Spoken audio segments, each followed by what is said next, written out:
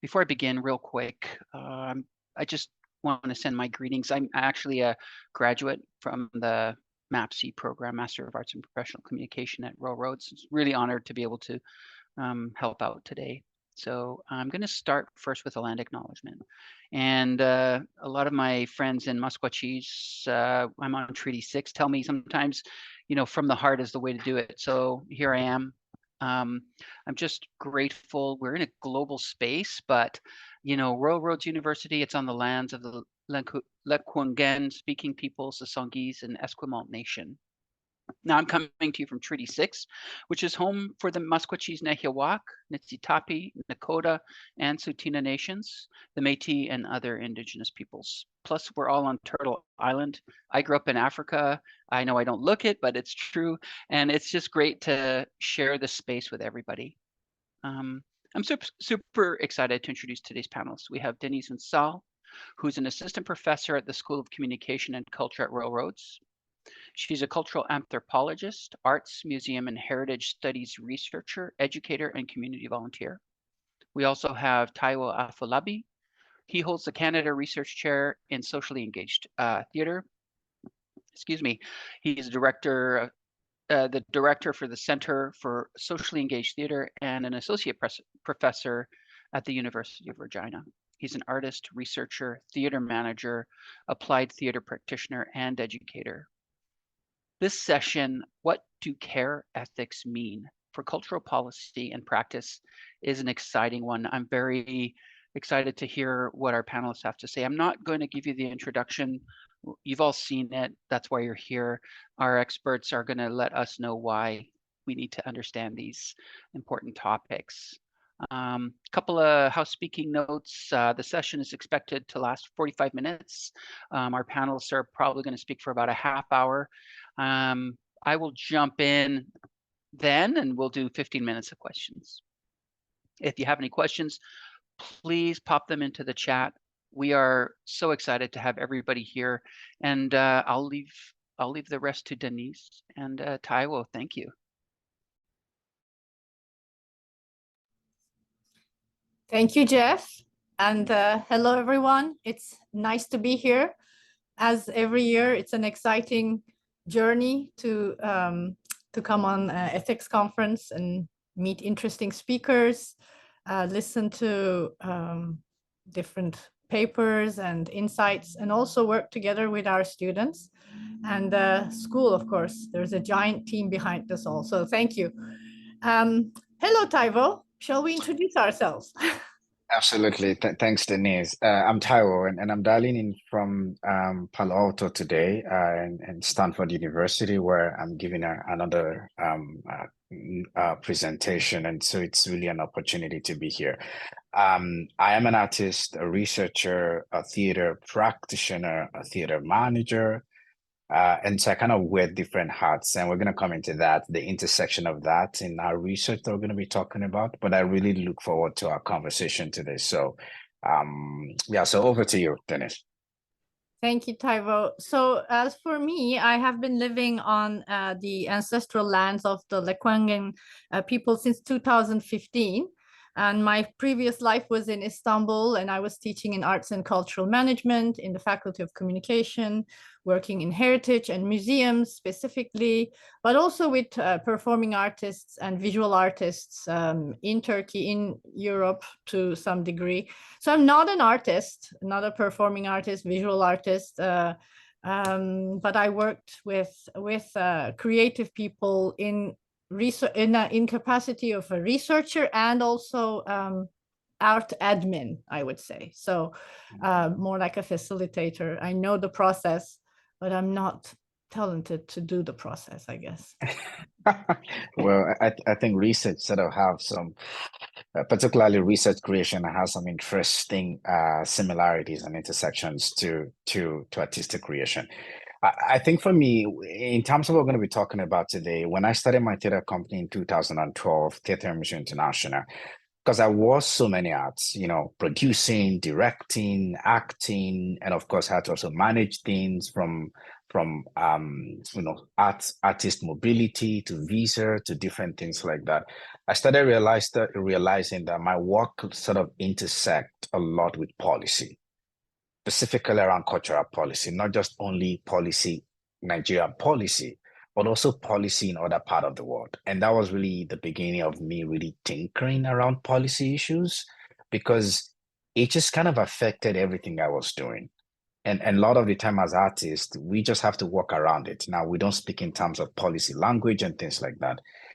And so throwback, moving forward to 2020, when you and I had this interesting interaction about, what's possible, looking at, how artists, particularly artists from equity owed communities, where they literally had to figure out how to work with their community during COVID. And in terms of the burden that kind of laid on them.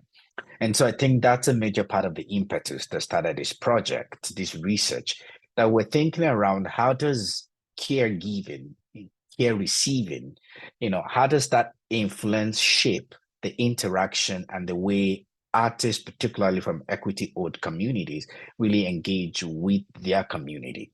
And then we also took a step further to really question, in our existing cultural policy in Canada, how does the idea of ethics of care, how does that play out, if it plays out at all?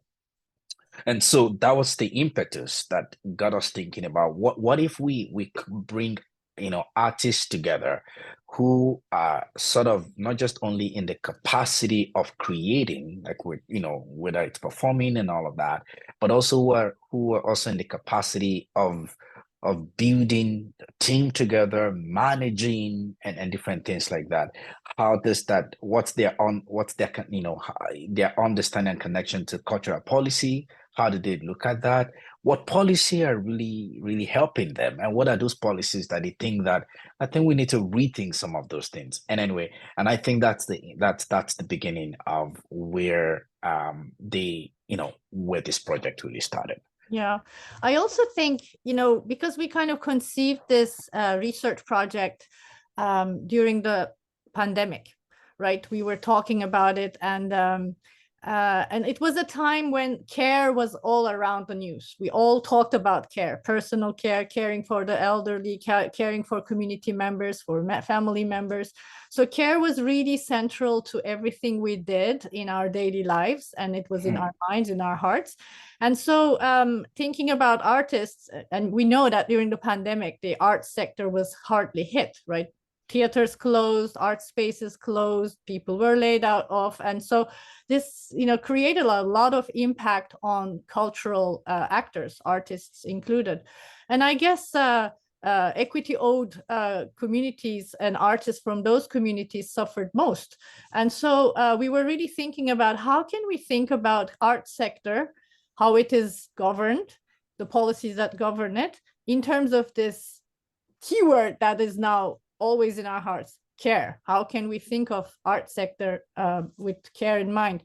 So then we conceived this project, and I'll just share the title of it: Cultural Policy and Ethics of Care, an exploration of experiences of cultural entrepreneurs from diverse communities in Western Canada. So we really focused on Western Canada, and you explained the questions, the concerns that we had, the research focus that we had, really trying to understand the contribution of self-employed artists from equity-owed communities, how they supported their communities, built social value in a cultural landscape in Canada. And cultural policy is really central to it. What would you say is the significance of our project, Taiwo? Well, interesting, and part of the reason why Denise and I kind of took this approach of sort of craft, sort of framing our discussion today, and we welcome questions, and at any point in time, even before we get to the 15 minutes question and answer, if you have any question, please feel free to put it in. So to answer your question, I think where part of the significance is that we're guided by the ethics of care. And by that, what we mean by that is that a relational and context-bound approach toward morality and decision-making. And I think that's really important, especially looking at the demography that we kind of focused on. Also, geographically, we're focused on Western Canada. And a lot of the time in Canada, we know that there's a tendency to be very eastward, right? There's tendency to think about some of this within the context of the other side of the country. And the question always is, what happened to the in-between? What happens to, to the prairies? What happens to, to the other part of the country? So I think that the fact that we're bringing in the ethics of care as a relational value, understanding, creating a space where artists from this community were really thinking about the value that kind of guides their operations, the value that guides their interaction, that guides their artistic creation and engagement. So that's the first thing. The second part, I also, and which kind of connect to question around method here, is the way in which we sought to produce this knowledge collectively through a participatory action research process. And this kind of offers us that much needed opportunity to bring stakeholders together to really think about cultural policy, not in the sense of cultural analysts coming together to think about it, but really artists themselves. And Dennis, I remember, one of the earliest community consultation we had, where an artist said, well, I don't think about, I've never really thought about that, the impact of these policies on my work, or I feel like, well, I'm just going to do my work, my design, my creation, and then let the policymakers make the policies. So I'm like, well, what if we turn the lens and you become the policymaker? What kind of policies are you going to make, right, to help your work move further and advance your work? And I think that, so bringing artists together to think about policy and the interaction of that and connection of that to their work becomes very critical. And of course, through the lens of social justice, equity, and diversity. And also, this is where I also want to plug in that, the research team comprises also of myself and Denise and Yvette Nolan, who is a playwright and Indigenous playwright, a cultural policy expert, I believe. And of course, Luber, Kozak, and Fanon, who are also part of our research student and our research assistant. And so I hope that kind of speaks to that. Maybe you want to add more to that. But if you want to add more to that, I would add another question to tag it on. Okay. What are the key questions that kind of came out as you add on to the significance of the project? What are the key questions that came out, Dennis? The key questions that we have for the artists.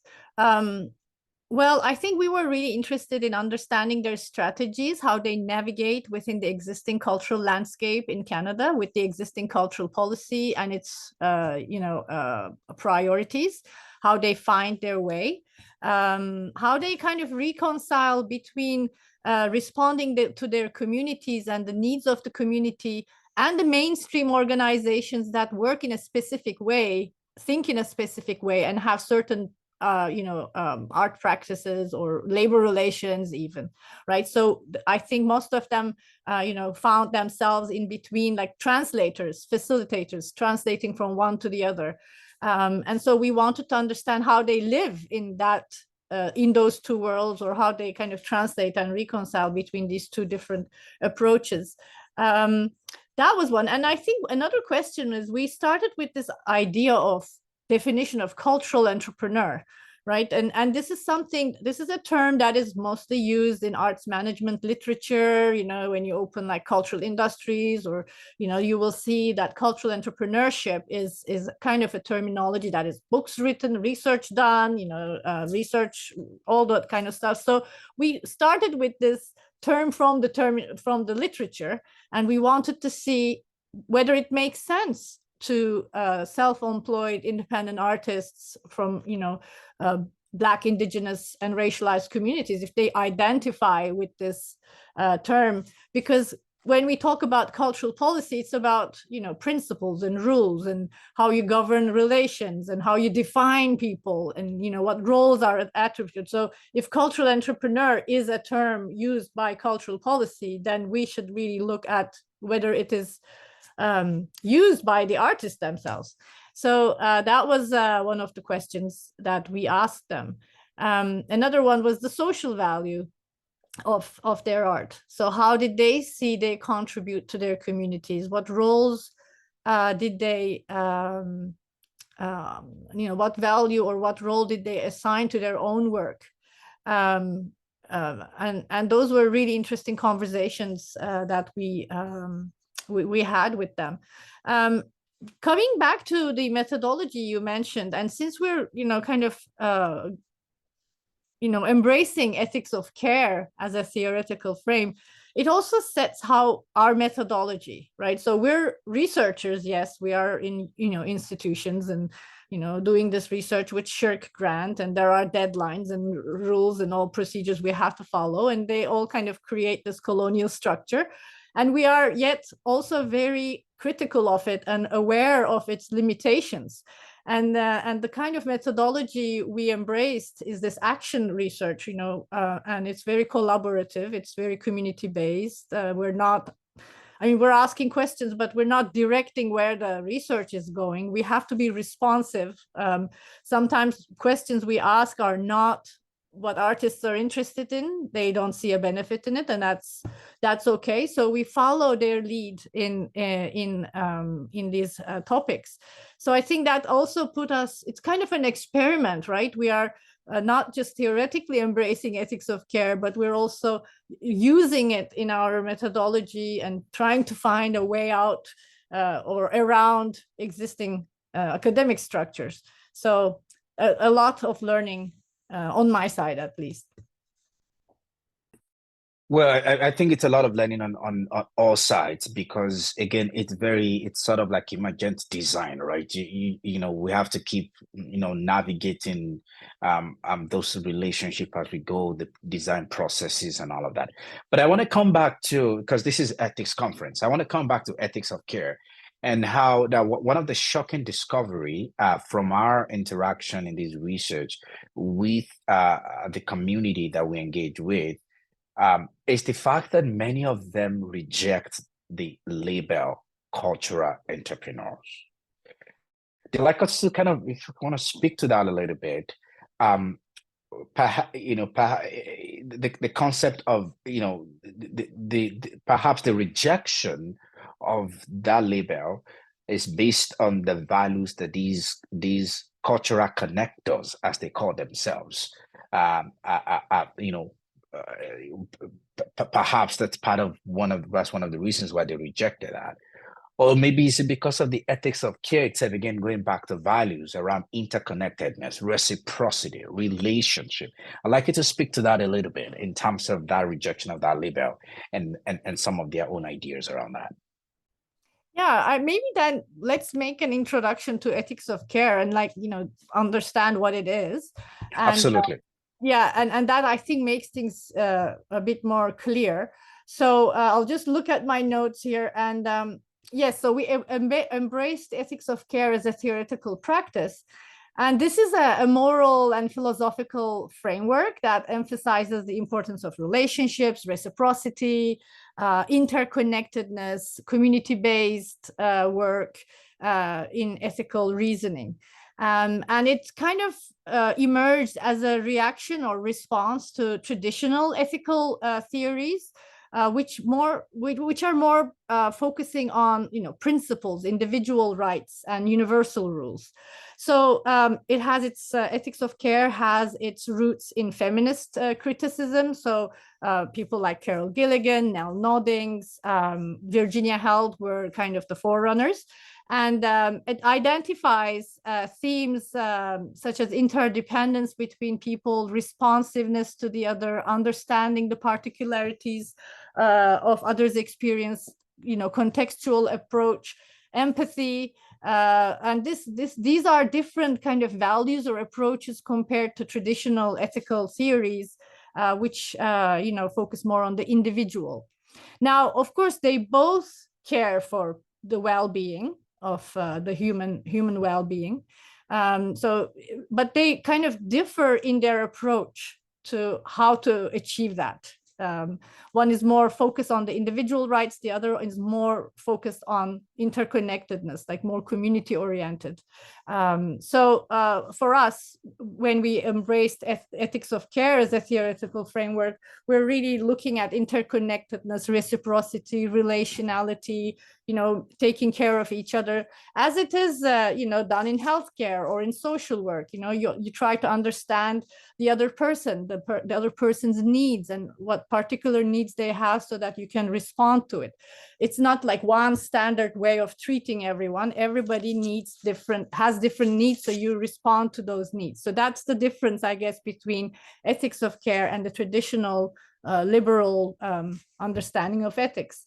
Now, how does this work when we ask people questions around cultural entrepreneurship? I guess cultural entrepreneurship, because not the word culture, but the word entrepreneur, I think always kind of reminds people of market values, of capitalism, of buying and selling, and profit and or individual interest. And I think that is what kind of makes certain artists, no, I'm not an entrepreneur. I'm a facilitator.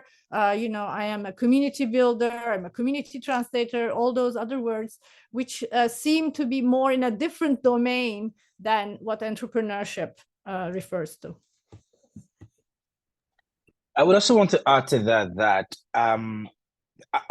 I think the question of value becomes critical here. Now, a lot of the thinking around around indigenous epistemes really embrace ethics of care. So beyond the sort of westernized and canonized theoreticians around ethics of care, it's also good to kind of highlight the fact that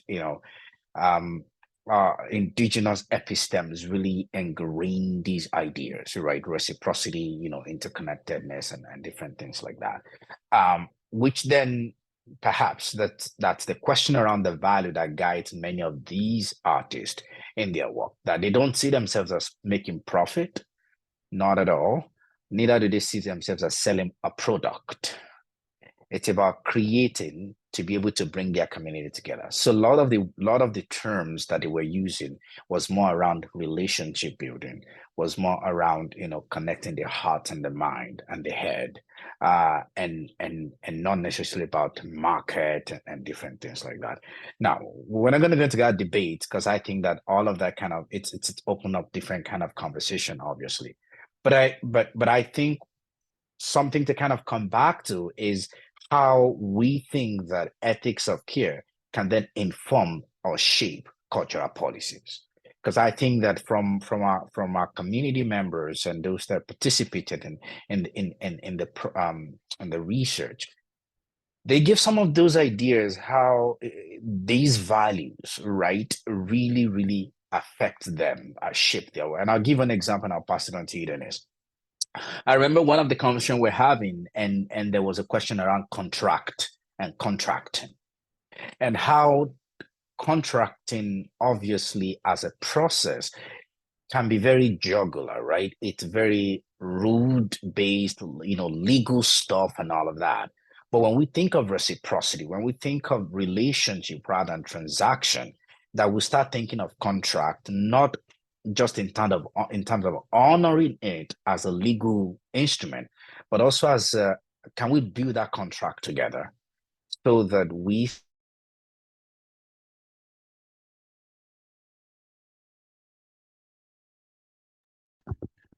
I think we just lost Taiwo. 1 second, folks. Denise, if you want to jump in while we wait for him. I think I know what he was coming to. So the contract is actually like an artist signs a contract with an organization to complete a specific task. And, so if we think of contracts from the ethics of care perspective, they're actually relationship builders, right? You're defining what the relationship is going to be like between the artist and the organization. And it's not just you know, for the time period of the work that is done, but it's hopefully a long lasting relationship, and it includes taking care. And it's not just about, you know, you deliver this work until this time. That's, you know, that's usually what we find in contracts, but it's also, you know, as a whole person, you're coming in that relationship. So it's about your well-being. It's about, you know, in some communities, protocols are really important, especially in Indigenous, you know, artists working with their communities. Protocols are important. Sometimes before starting creating artwork, it's about, you know, listening, eating together, spending time together, taking care of them and their families. And so it includes lots of different layers of relationships, human interconnections before really getting the job done, kind of thing. So Taiwo, I was just referring to what you were, you know, coming to about the contract, that it's kind of building a relationship. It's about interconnectedness. I don't know if you are with us or are you frozen? He's back. Oh, no, he's not. Oh. He was back a second ago. Oh, there he is. Here, I think it should be my network. My apologies, everyone. I deep apologize for that. So you were just talking about the contract, as you know, how to rethink of the contracts in from an ethics of care perspective, and I just elaborated on that a bit. Yeah. Exactly. So, I don't know where. So, I think just thinking about how those values of ethics of care can then help us to think about contracting. The second thing I was going to say is that what ethics of care really means within the context of creating cultural policies and its practice. And we were very specific. So a lot of our folks that are really connected to our that were part of that conversation, where, you know, they really focused on both the national cultural policy, for the most part, Canada Council for the Art, and regional, provincial, i.e., you know, Saskatchewan Art Board or BC Art Council or Alberta, and then of course Manitoba.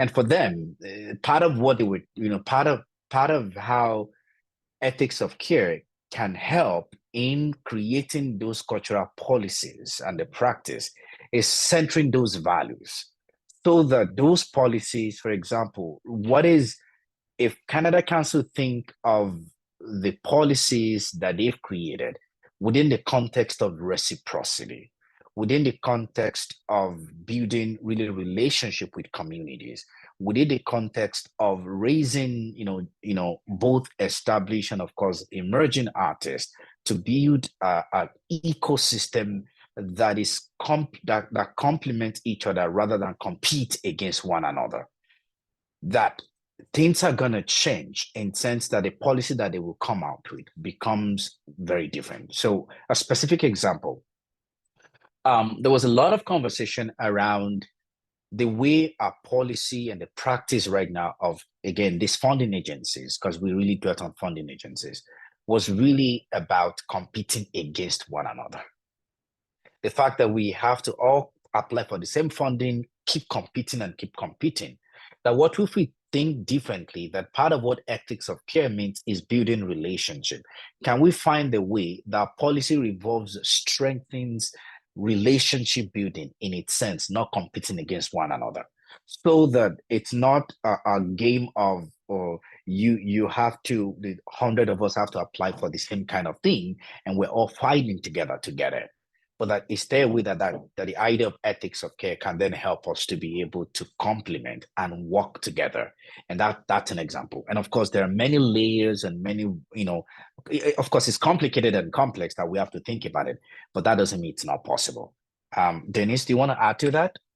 Yeah, I think another kind of consideration of cultural policy from ethics of care perspective was how can social value of the arts be integrated in cultural policy? Right now, of course, it's there, but you know, when we think from the care ethics perspective, what is important is maintaining relationships, building relationships, continuing those relationships. So you know, when there's an assessment of a project, you know, what is the criteria to assess that project? and that criteria, how much is social value, how much it contributed to the communities, what does that contribution mean? All these become really central in ethics of care for the cultural policy. And sometimes, it's maybe a performing arts event that reached 40 people, not 400. So the quantity is not really the criteria to assess its impact. Maybe 40 people's lives changed, or they started questioning something, or they felt their voices be heard on the stage. They heard their stories for the first time being told on the stage. And that 40, although it's not a big number, from a social value perspective, has a deeper impact than performing to 400 people. So that is the kind of rethinking that maybe can be integrated into cultural policy when we approach it from an care ethics perspective. Another one. Go ahead. I was just going to say, Dennis, that I know that we're at Q&A, so please, folks, please feel free to, if there's any question that is there we've not seen yet, questions are coming, just please feel free to put that in there. We'll be happy to engage with that as we go on. Dennis, over to you. Another thing I wanted to raise, again, mentioned in the care ethics approach to cultural policy, is how organizations behave, because policy is about rules and regulations to change behavior, to highlight certain priorities in the cultural sector.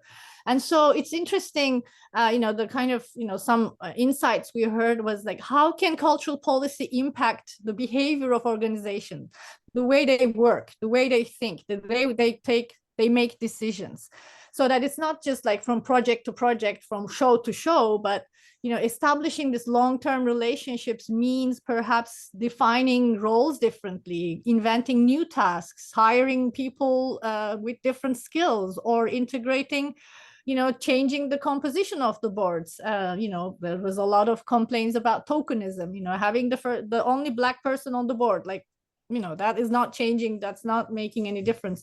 So that kind of thinking, how can a care ethics approach infiltrate into cultural policy, so that cultural policy can change existing structures and prioritize relationships, long-term relationships and reciprocity.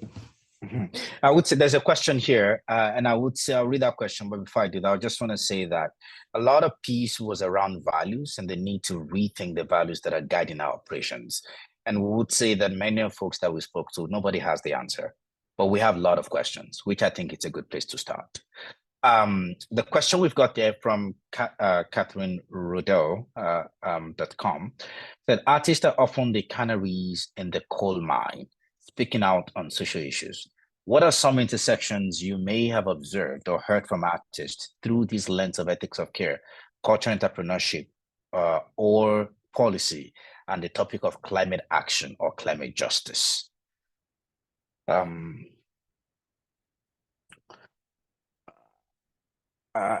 can quickly just say something about here, and then I'll pass it on to Denise.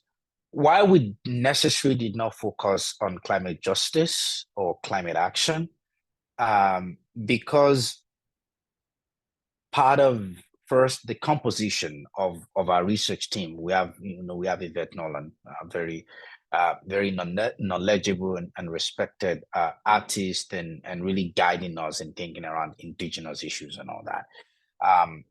And also the fact that we also embrace decolonization, and again, those are big words and big ideas, and that mean different things to different people. And the fact that ethics of care itself really speaks about speaks about relationship, not just only with ourselves, but when we introduce the earth and our environment and all of that, it automatically comes into play in the conversation, not as a center, obviously. And I'm reminded of one of the persons that we spoke to, and they really live far north of Manitoba, and I'm quite away.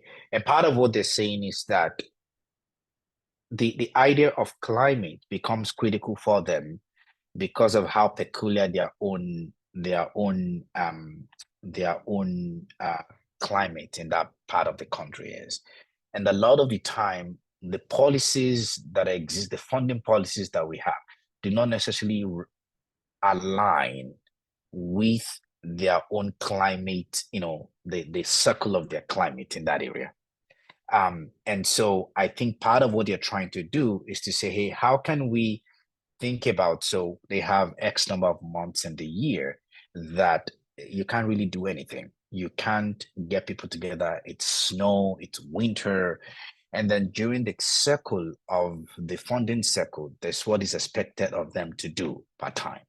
And so for them, it's the question of how also the climate is changing over there and how the policy needs to change. Now, in terms of the piece around climate justice itself, I'm not sure we really dealt with that, Denise, because like I said, it's not within the purview of the work. But I'll pass it on to you, Denise. Well, I think thinking about care ethics and its relationality, it doesn't just include relations between individuals, communities. Mm-hmm. I mean, it is a bigger world of relations, right? With ancestors, with nature, with every living being. And I think that perspective kind of includes everything and everyone.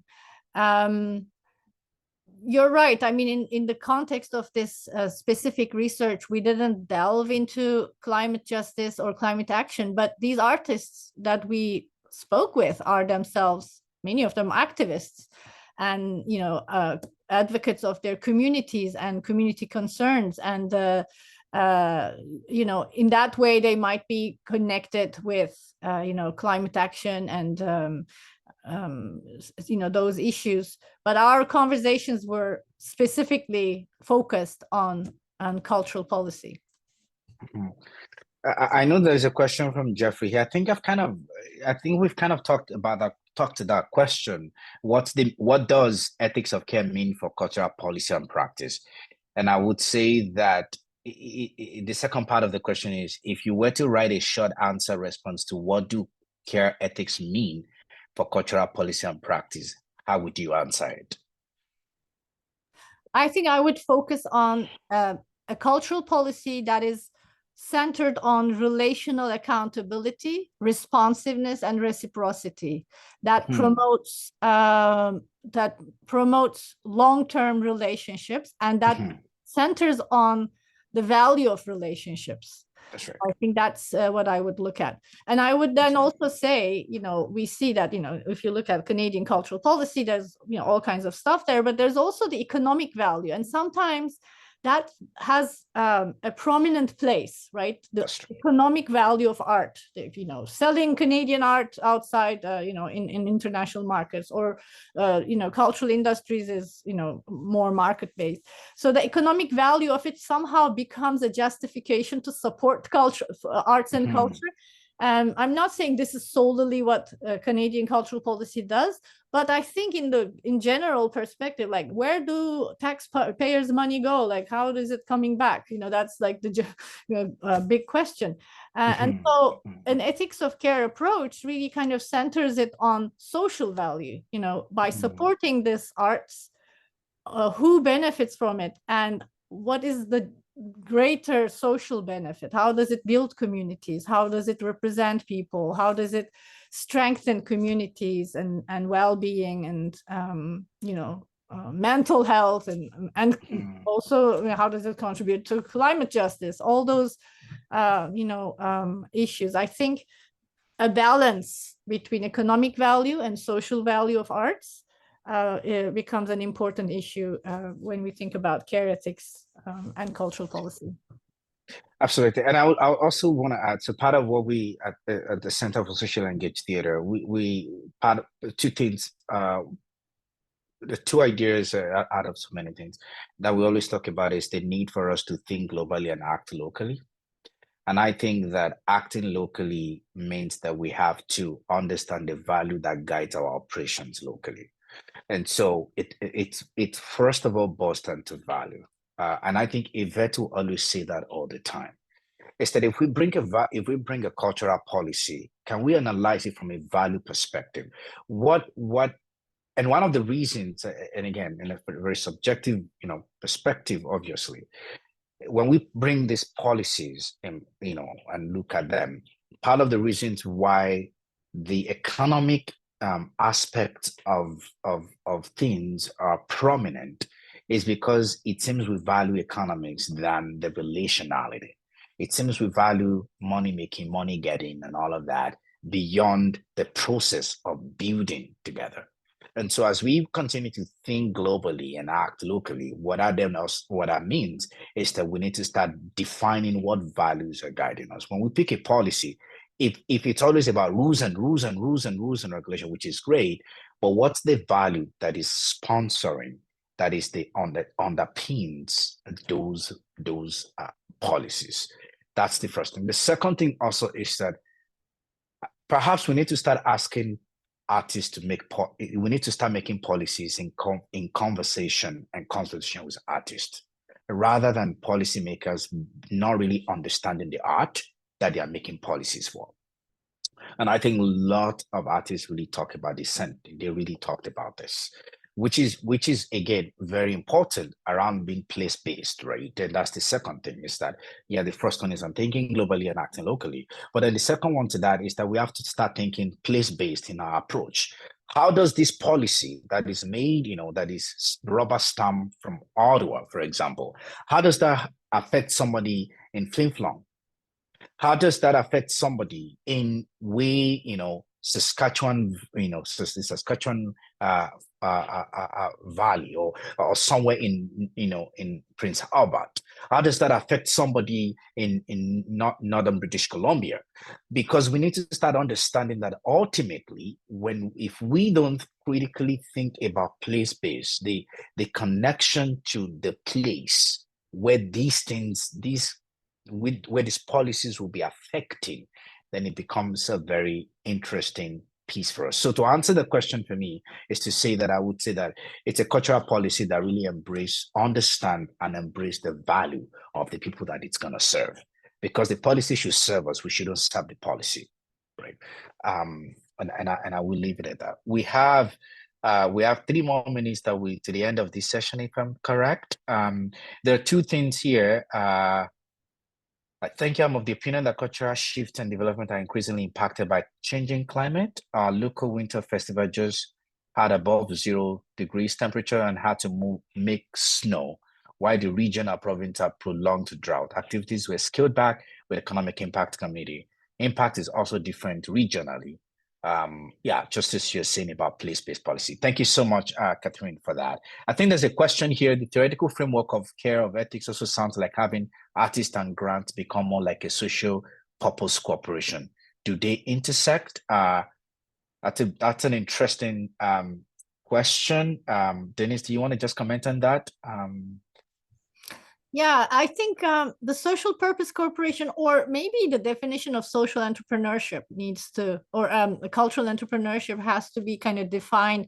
I mean, I know the word entrepreneur is, a difficult one, but what it means is actually like being an artist and being, entrepreneurial in terms of, creating resources, structures, opportunities for other community members or emerging artists, applying for grants, speaking with the venues, coming up with ideas and putting things together. I mean, that is, I think, at the core of cultural entrepreneurship. It's like creating social change and also economic value, right? So it's kind of creating social value, economic value, being the initiator of these things, putting things together. What was the word? Hustlers and bustlers? There's an English word that I don't know. Like, it's kind of like, you're doing all kinds of small things, but also big things at the same time. I think, that is for me the definition of redefinition of cultural entrepreneurship. Yeah, it's interesting. I know we have a few more minutes. It's interesting that this question also came up in my presentation at Stanford University yesterday. And the reality is that because there is a grant-given agency which is coming from the government or philanthropy and all of that, and then we're using that within the arts, right? That it's always, it's come to that point that what's the intersection and also what's the conflict here, right? Because he who pays the piper dictates the tune, right? Whoever plays that dictates the tune. And it's always, how do we intersect that? Now, social purpose cooperation, social purpose, corporate social responsibility, and all of those things. there is an intersection, and also there is no intersection. I think it depends on the way that we look at it. And I think that's going to be a bigger conversation. But I think at the end of the day, it's the question, what's the value that is guiding even my social corporate responsibility?